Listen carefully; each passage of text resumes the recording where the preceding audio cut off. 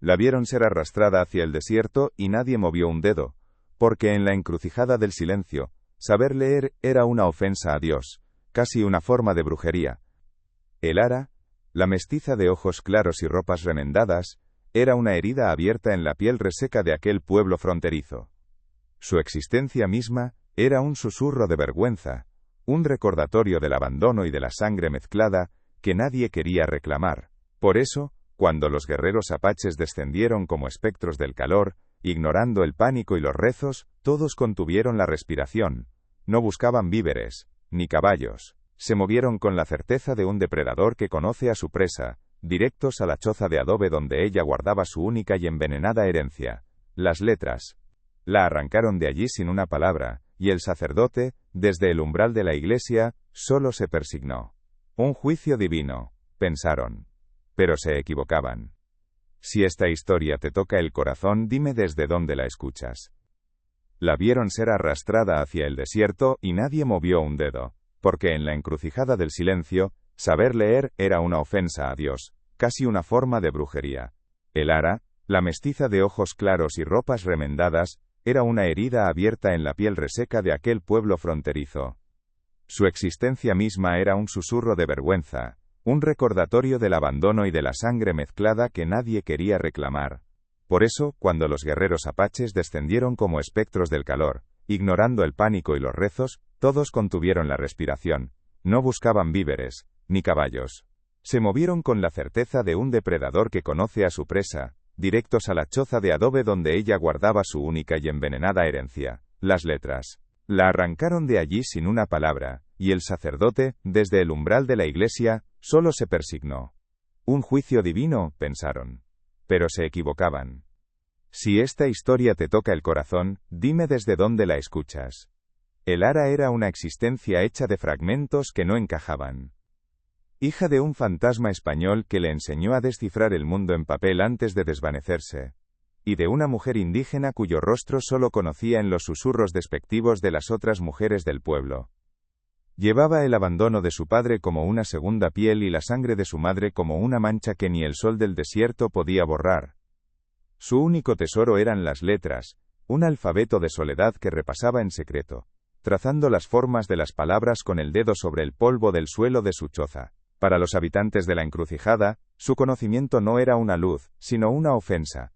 Una arrogancia silenciosa que la hacía más extraña, más peligrosa. Veían en su alfabetización la semilla de la rebeldía, una conexión con mundos que ellos temían y despreciaban en igual medida. Su cuerpo era un mapa de su herencia contradictoria. Delgada, casi quebradiza, con la piel tostada por un sol que no distinguía entre justos y parias, pero con unos ojos de un color claro, casi gris, que rompían la armonía de su rostro indígena. Eran los ojos de su padre, una prueba irrefutable de la mezcla, la marca que atraía todas las miradas. No eran miradas de deseo, sino de escrutinio, de juicio. Vestía con la austeridad de los desposeídos. Una blusa remendada 1000 veces, una falda larga descolorida por el polvo y el tiempo. Sin embargo, su espalda se mantenía erguida, una frágil columna de dignidad en medio de la humillación constante. No poseía joyas ni adornos, solo un pequeño crucifijo de madera que colgaba de su cuello, un amuleto inútil contra el desprecio de un pueblo que rezaba al mismo Dios.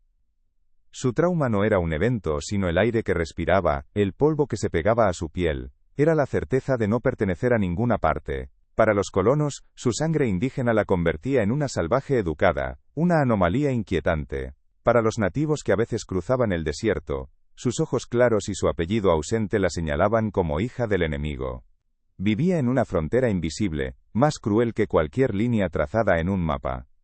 La encrucijada del silencio, con sus casas de adobe que parecían tumbas, y su horizonte infinito y opresivo, era el escenario perfecto para su exilio interior. El viento arrastraba un lamento perpetuo entre los saguaros esqueléticos, y ese sonido era el único eco de su propia soledad. Caminaba por sus calles con la cabeza gacha, sintiendo el peso de un cielo sin nubes y una fe sin consuelo.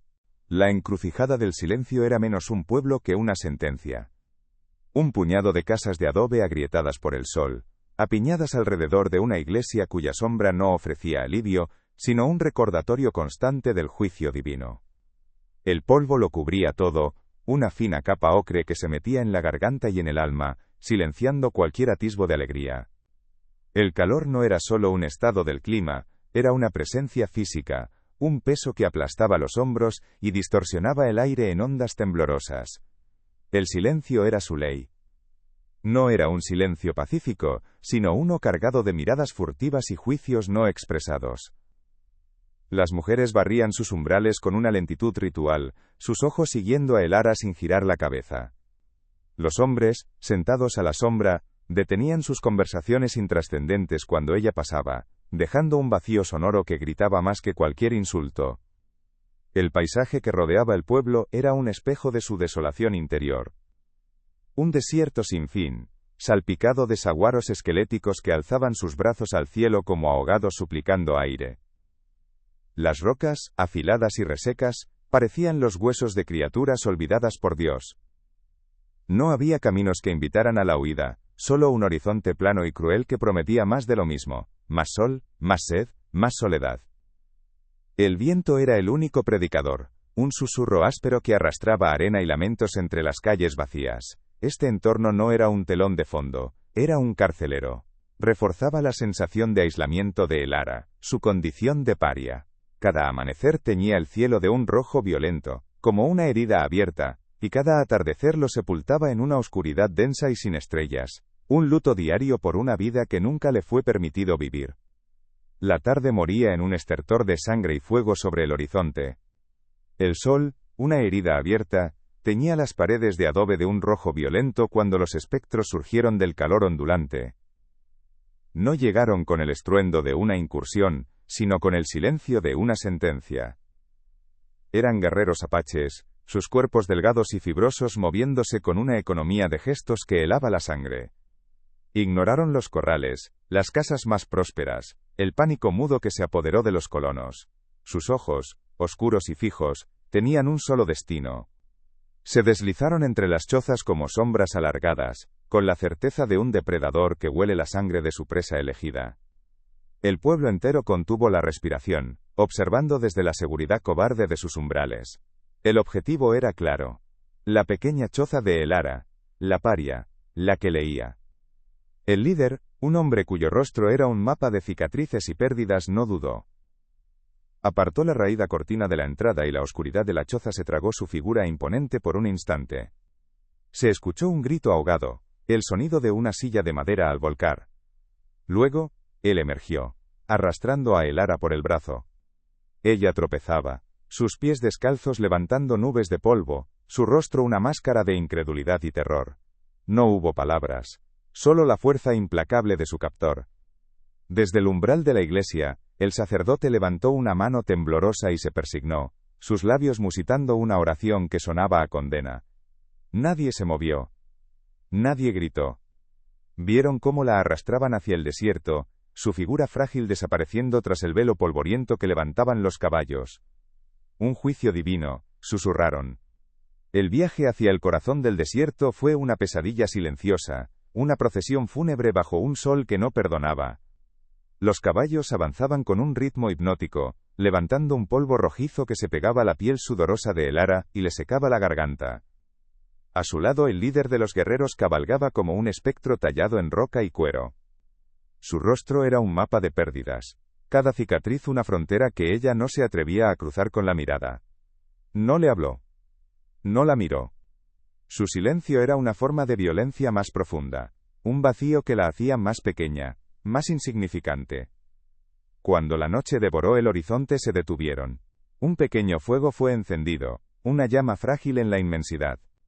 Él se acercó entonces, su imponente figura recortada contra las brasas, su sombra devorándola, antes de que sus pasos llegaran hasta ella.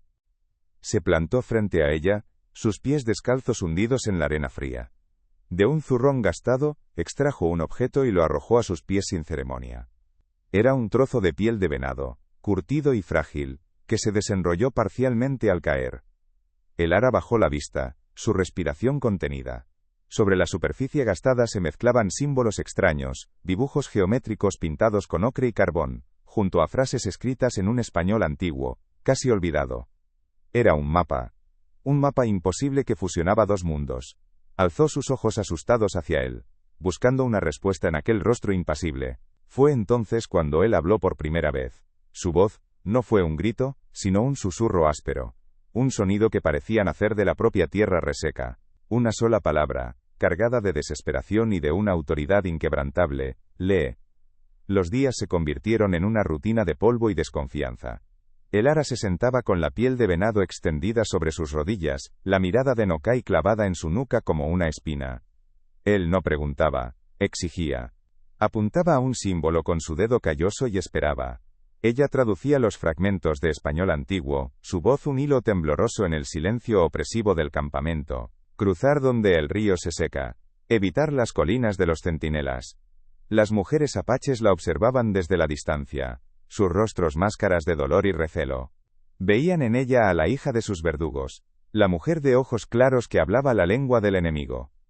Una tarde, una niña pequeña se acercó curiosa, pero su madre la apartó con un gesto brusco, una mirada fulminante hacia Elara que la marcó como una plaga.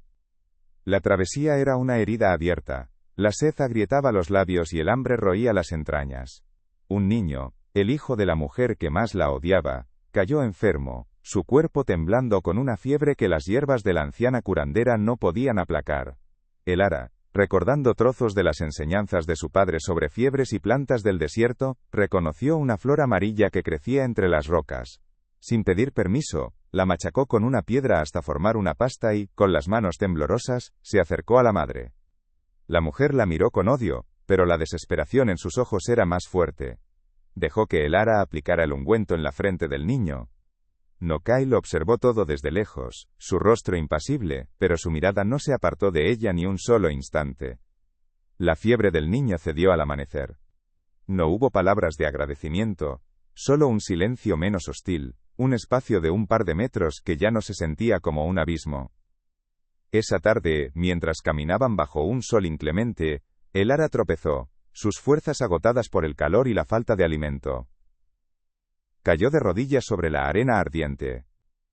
Antes de que pudiera levantarse, la sombra de Nokai la cubrió. Esperaba un tirón brusco, una orden áspera. En cambio, él le extendió su propio odre de agua, un objeto precioso y escaso. Sus dedos se rozaron cuando ella lo tomó. Fue un contacto fugaz, eléctrico, que duró menos que un latido. Ella bebió un sorbo, el agua un milagro en su garganta seca, y se lo devolvió. Sus ojos se encontraron, solo un segundo, un reconocimiento silencioso, frágil. La noche trajo un frío que se metía en los huesos. Se sentaban alrededor del fuego, una pequeña isla de luz, en un océano de oscuridad. El silencio ya no era un arma, sino un lienzo. Nokai afilaba la punta de una flecha, sus manos moviéndose con una precisión hipnótica. Elara lo observaba, ya no al monstruo que la secuestró, sino al hombre que cargaba el peso de su gente en los hombros. Él levantó la vista y sus miradas se sostuvieron en la luz danzante de las llamas. No se apartaron. Él señaló con la barbilla hacia un grupo de estrellas titilantes. Yozas, susurró, la palabra un sonido gutural, antiguo. Ella siguió su gesto, reconociendo la constelación.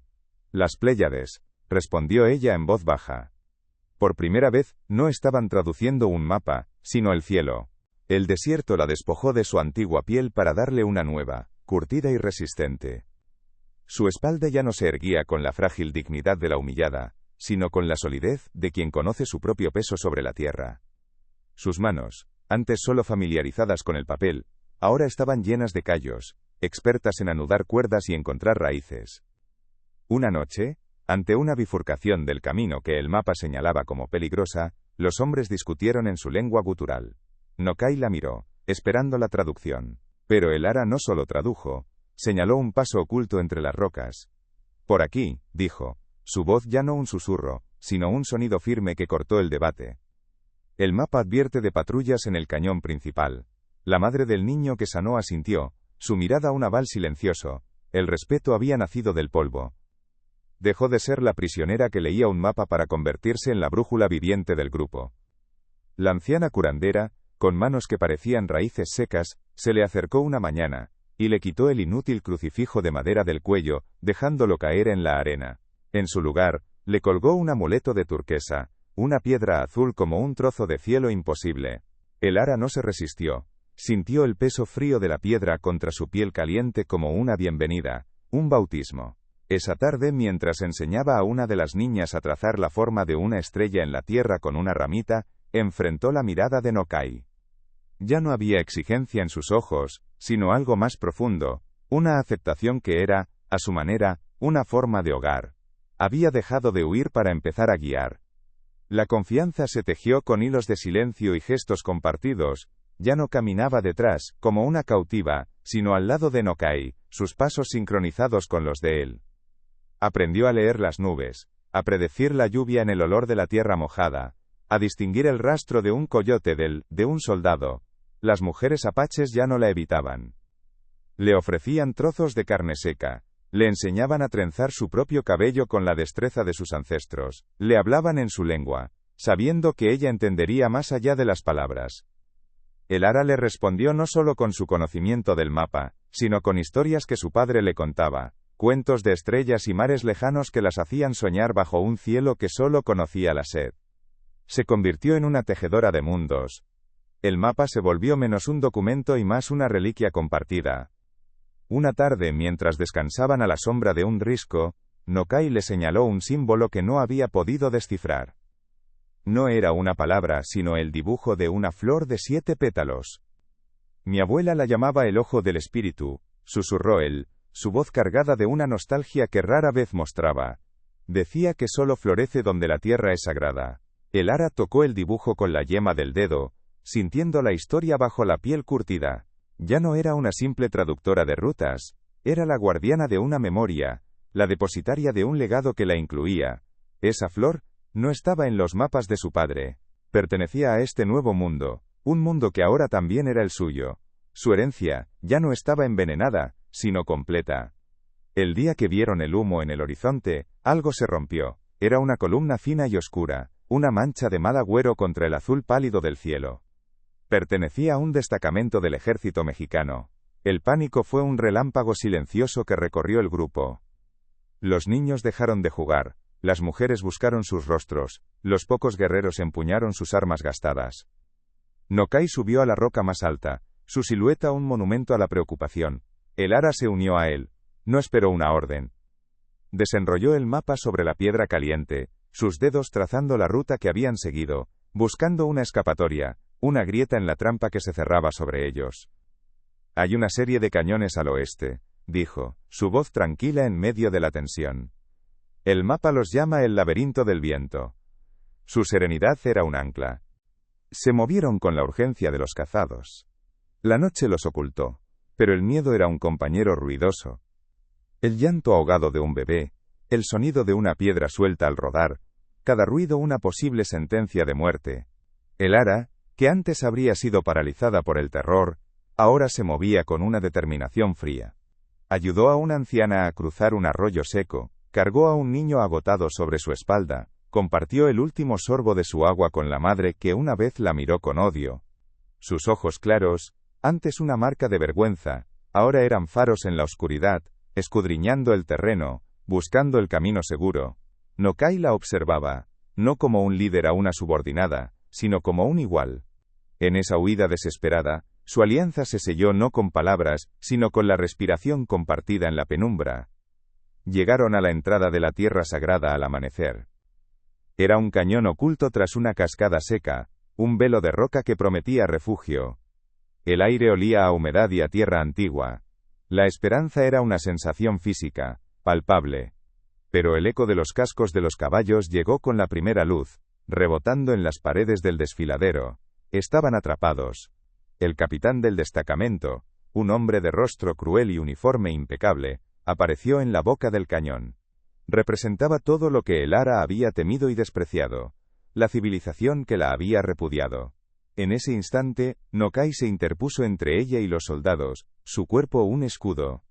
Fue entonces cuando el primer disparo resonó, un sonido obsceno que destrozó el silencio sagrado del lugar. El grito de dolor de Nokai fue un desgarro en el alma de el Ara. Todo se detuvo, el cuerpo de Nokai se desplomó, una mancha roja expandiéndose rápidamente sobre su pecho. El Ara se arrodilló a su lado, sus manos cubiertas de la sangre del hombre que la había secuestrado y salvado. El capitán avanzó, una sonrisa de triunfo en su rostro. Vio a la mujer mestiza, a la traidora, arrodillada junto al salvaje moribundo. Pero la mujer que levantó la vista, ya no era la paria de la encrucijada del silencio. Sus ojos claros, llenos de un dolor helado, ardían con una furia que él no esperaba. Con un movimiento rápido, Elara agarró un puñado de polvo y hierbas secas de una bolsa en el cinturón de Nokai. Sabía lo que tenía que hacer. Su conocimiento, su maldición, sería su arma. No para huir. Para luchar. Para terminar lo que él había empezado. A veces todo lo que alguien necesita es una historia como esta. Si la sientes, compártela con quien la necesite. Usando su cuerpo como señuelo, gritó en perfecto español, atrayendo la atención del grueso de los soldados. Corrió, no hacia la seguridad del cañón, sino hacia un sendero estrecho y traicionero, que había memorizado del mapa. Los soldados, viéndola como una presa fácil, la siguieron. Era una trampa. Elara, ligera y ágil, los condujo hacia un nido de rocas inestables, un derrumbe esperando suceder. Con un último esfuerzo, empujó una piedra clave. El estruendo fue ensordecedor. Una avalancha de rocas y polvo sepultó a sus perseguidores. Mientras tanto, los supervivientes apaches, guiados por la anciana curandera, se deslizaron hacia el interior del cañón sagrado. Elara regresó junto a Nokai. Se sentó a su lado, tomó su mano y observó cómo su último aliento se convertía en un susurro de viento. Había encontrado su hogar, en un acto de lealtad. El disparo fue un desgarro en el tejido del amanecer, un sonido obsceno que hizo callar al viento. El cuerpo de Nokai se desplomó contra el de ella, un peso muerto y cálido, y Elara sintió el latido de su vida derramándose sobre sus manos, una marea roja y pegajosa que lo manchaba todo. El olor a pólvora y sangre llenó el aire sagrado del cañón. Levantó la vista, más allá del rostro de Nokai que se vaciaba de vida, hacia el capitán que avanzaba con una sonrisa de depredador satisfecho. En ese instante algo se quebró dentro de ella, pero no fue su espíritu. Fue la última cadena que la ataba a la niña asustada de la encrucijada. Sus ojos claros, antes espejos de abandono, se endurecieron hasta volverse dos esquirlas de hielo, y en ellos ardió una furia antigua, una promesa de retribución. No hubo un grito, solo un movimiento fluido, casi animal. Se levantó, dejando el cuerpo de Nokai con una delicadeza que era una última caricia, y se convirtió en un señuelo de carne y hueso. Corrió, no hacia la salvación, sino hacia la muerte, atrayendo la codicia de los soldados con una llamada en un español perfecto y desafiante. La siguieron hacia el laberinto de rocas que ella había memorizado, la trampa que el mapa le había revelado. Su cuerpo menudo se movía con una agilidad desesperada entre las piedras, una danza letal. Con un empuje final, un grito ahogado que era a la vez un lamento y una sentencia, desató el infierno. La avalancha de rocas fue un rugido de la tierra. Se detuvo, dándoles la espalda, mientras los gritos de los hombres eran devorados por el polvo. Era la guardiana. El polvo se asentó en un sudario ocre sobre la tumba de rocas que había creado. El silencio regresó, ya no como una condena, sino como un lienzo en blanco. Con una ternura que nunca antes había conocido, Elara cerró los ojos de Nokai, colocando el amuleto de turquesa sobre su pecho inmóvil. Se giró, no hacia la seguridad del cañón donde el futuro de un pueblo latía en secreto, sino hacia el horizonte abierto.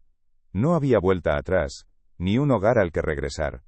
Desplegó el mapa de piel de venado una última vez, sus dedos trazando no una ruta, sino la geografía de su propia alma. Lo dobló con cuidado y se lo guardó junto al corazón. Luego, sin mirar atrás, comenzó a caminar hacia la inmensidad, su figura solitaria fundiéndose con el paisaje hasta ser indistinguible de la tierra misma. Era libre. Nadie supo nunca a dónde fue. Algunos dicen que el desierto, su verdadero padre, la reclamó por fin. Que sus huellas se borraron con el viento llevándose consigo el recuerdo de la mujer de ojos claros, que leía mapas y cielos. No caminaba hacia un destino, pues todos sus destinos habían muerto o se habían salvado ya.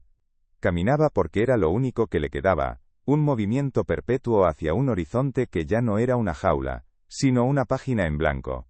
Llevaba la mano sobre el pecho, sintiendo bajo la tela el mapa de piel de venado, la única Biblia que importaba. Nadie volvería a llamarla Elara, pues Elara había muerto junto a Nokai, y la mujer que ahora era, ya no necesitaba un nombre. ¿Y tú, Habrías tenido el coraje de amar a quienes todos rechazaban,